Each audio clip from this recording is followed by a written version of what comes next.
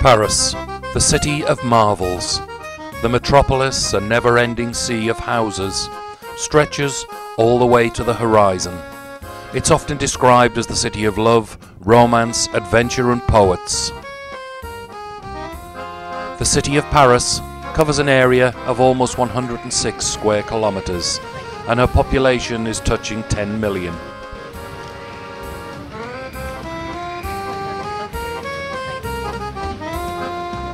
Shopping and eating out in Paris is not for the faint-hearted. If you can think of a designer name or famous restaurant, it's here, and very much at designer prices.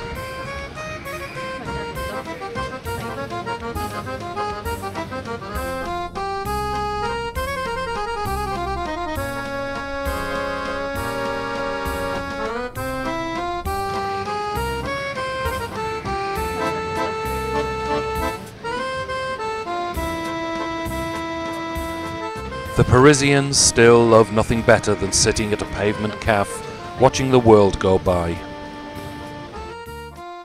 The safest, cheapest, quickest and most efficient means of getting around Paris is via the underground metro. There are 14 lines and over 300 stations. No matter where you are in the city, you're never more than 500 meters from a metro station. The Arc de Triomphe rises majestically at the head of the city's most famous avenue, the Champs-Élysées. Planned by Napoleon as a monument to his military prowess, the colossal arch was not completed until 15 years after his death in 1836. These 50-meter high, 45-meter wide arches were originally planned to be erected at the Place de la Bastille, but in their present location they form the centre point for the world's largest roundabout, from which 12 boulevards radiate outwards like the points of a star.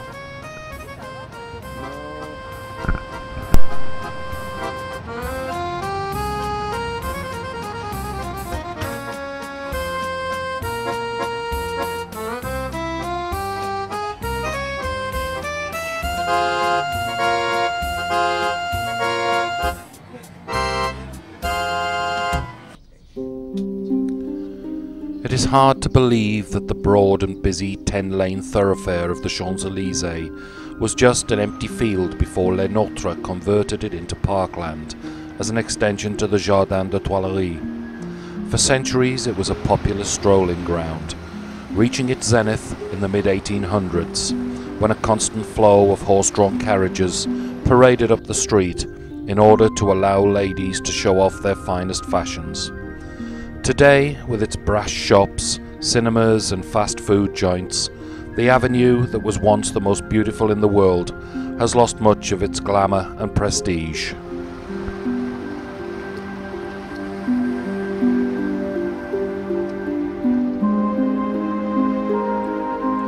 At the lower end of the Champs-Élysées is the Plaster La Concorde. It is the biggest city square in the world, measuring 400 by 200 meters, and was laid down between 1755 and 1775. At its center stands a 3,000-year-old pink granite obelisk, originally from the Temple of Ramses at Luxor, Egypt. It was a present from the people of Egypt to the people's king Louis Philippe. In 1793, the square was the scene of the execution of Louis XVI, and over the next 2 years following the revolution, a further 2,500 enemies were guillotined here, including Marie Antoinette. When you've had your fill of metros and monuments, a stroll through the Jardin des Tuileries is just what's needed. One of the most beautiful and oldest public parks in Paris, stretching along the right bank of the Seine, it offers unforgettable views, embracing the Louvre, Place de la Concorde, the Arc de Triomphe, and across the river to the Musée d'Orsay and the Eiffel Tower. The statues and sculptures seen here are by Melot. It was during the 16th century that the gardens were originally laid out, but it was in the 17th century that the gardeners seen today were crafted by Andrew Le Nôtre.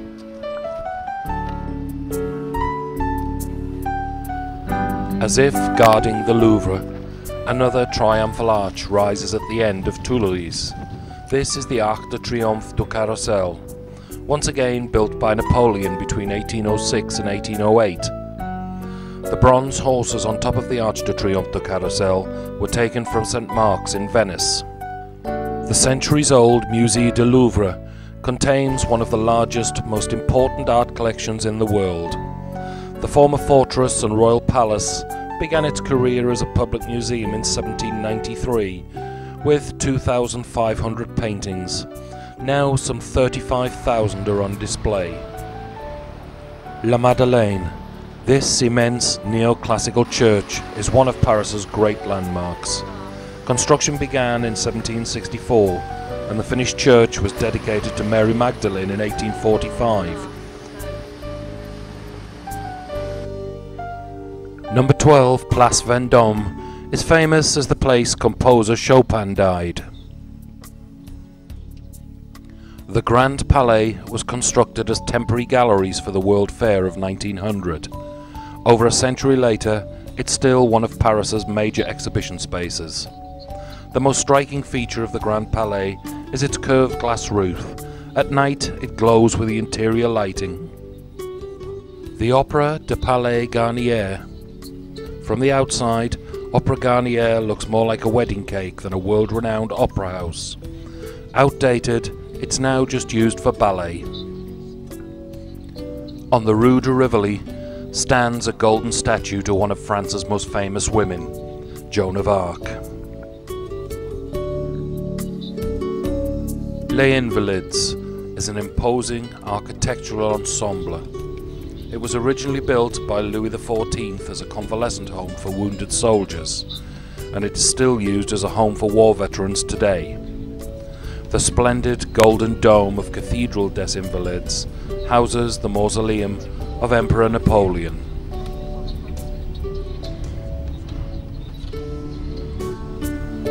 One of the newest sights on the tourist trail is the Pont De Alma. It was here in 1997 that Princess Diana was killed in a car crash.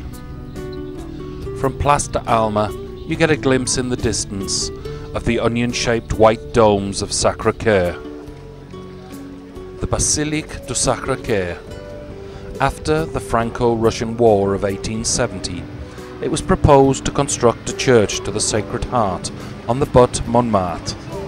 Although originally the fundraising was by public subscription, in 1873 the National Assembly declared its construction to be a state undertaking. Of the 78 entries in the competition for its design, the one chosen was by the architect named Abadi. The plans for the new basilica called for an edifice of Romano-Byzantine style, and the first stone was laid in 1875. Completed in 1914, it was not consecrated until 1919 after World War I had ended. Montmartre, high on the only hill overlooking Paris, has long been famous for its artists. Close to Sacré-Cœur is the Place du Théâtre, usually completely covered with tables and bright umbrellas, and artists. Don't expect to find a budding Gauguin or many Parisians here, but it's certainly harmless fun. This is the place to come if you want to get your portrait drawn. Walk around this small square and look over the shoulder of an artist as he draws someone, or drink a coffee at one of the many cafes which line every inch of the square. Since 1889, the Moulin Rouge, recognized worldwide because of its famous French can-can, immortalized by artist Toulouse-Lautrec, has always presented sumptuous shows to audiences from around the world.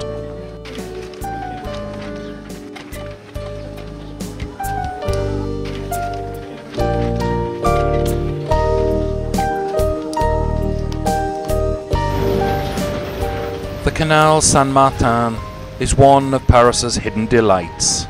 This picturesque 5-kilometer stretch of waterway, a long-time favourite of artists, novelists and film directors, links the Seine with a network of canals on the outskirts. Walk along the tree-lined quays fringing the canal, over locks and iron footbridges, and past old factories and warehouses, or sit in a waterside cafe, watching the traditional boats chugging by. It's like winding the clocks back to the 19th century.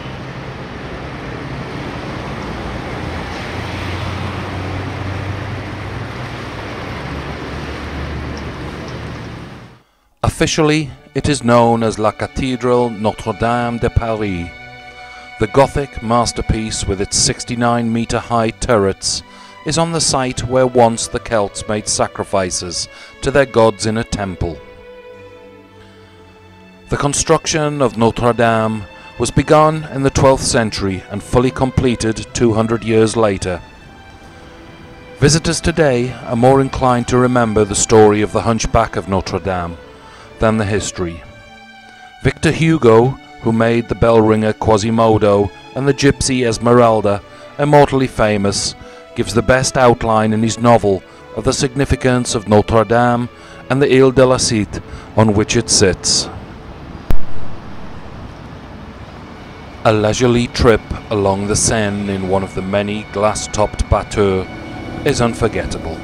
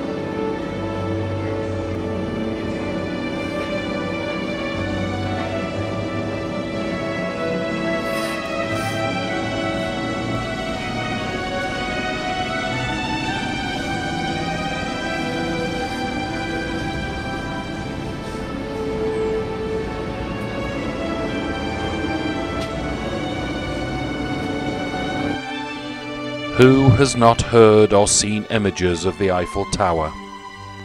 The Eiffel Tower was inaugurated on the 31st of March 1889. It was the keystone of the Universal Exposition or World Fair, celebrating the 100th anniversary of the French Revolution.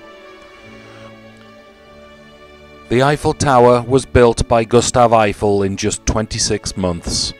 It took 18,038 parts, 3,000 workshop drawings, 700 engineering plans, and 2.5 million rivets to raise this structure weighing 7,300 tons and measuring 1,050 feet high.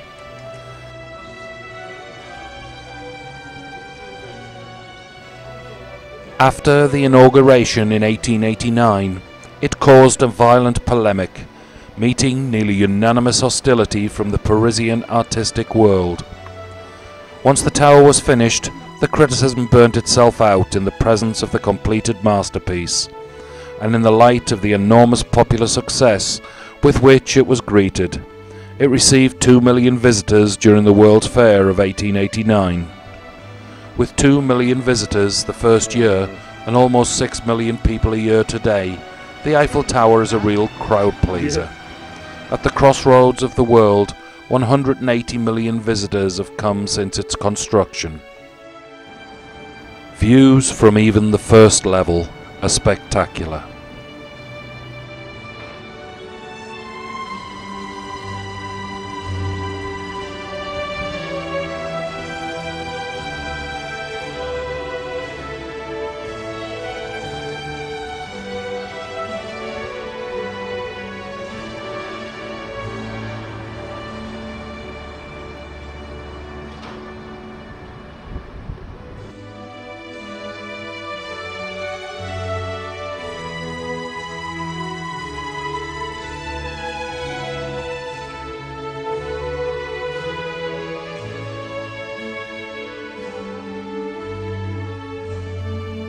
At night, the Eiffel Tower really comes to life.